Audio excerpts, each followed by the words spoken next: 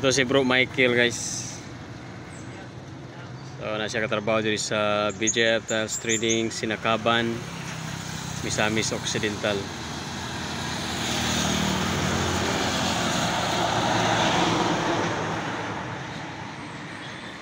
Ang BJF Tiles Trading sa Sinakaban, kapadra sa 7-Eleven, din sa Sinakaban Sentro.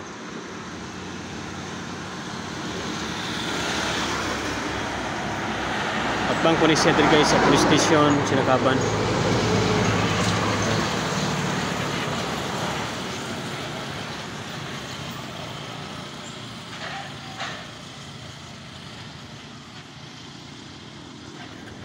Ay makauban nga trabahante sa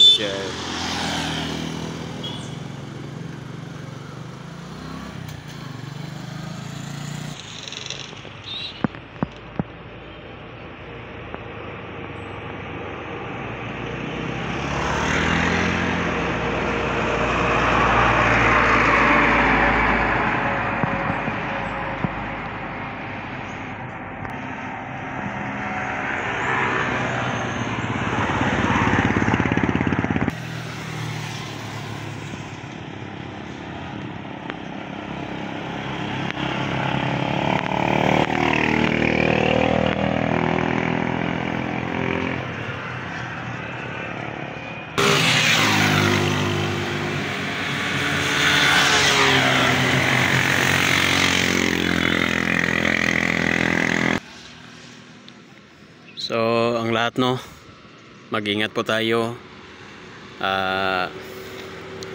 Araw-araw po tayo magdasal at manalig sa ating Panginoon. Dahil hindi natin alam kung kailan darating ang sakuna. Tulad ng lindol.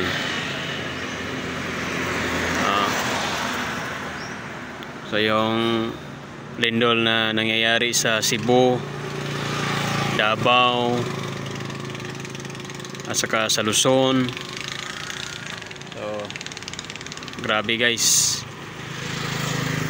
Kaya dito sa ating lugar sa Misamis Occidental, kailangan natin na pagdasal natin na sana hindi ito mangyayari dito sa ating probinsya sa Misamis Occidental, no? At sa tulong ng ating mahal na Birhen Maria, ang Birhen Sakota. Wala tayong ibang gagawin ang pagdasal lang, pananalig. At kung ano mga bagay na masasama ay initigil na natin, wag na natin gawin. Dahil yan ang isa sa mga dahilan na may mga sakuna. Dahil yan sa ating wala na tayong paniniwala sa Panginoon. Dahil yan sa sarili lang interes natin ang ating iniisip.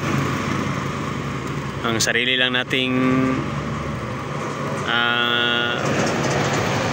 iniisip natin, no?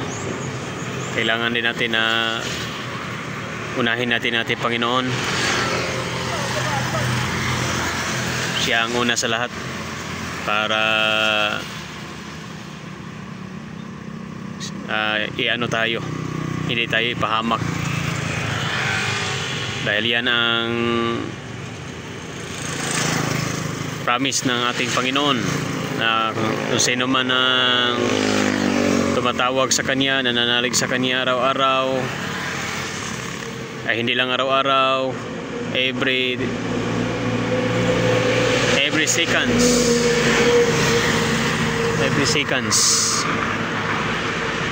segundo, kailangan natin na ipairal natin sa ating mga puso ang pagmamahal sa Diyos at pagmamahal sa ating kapwa.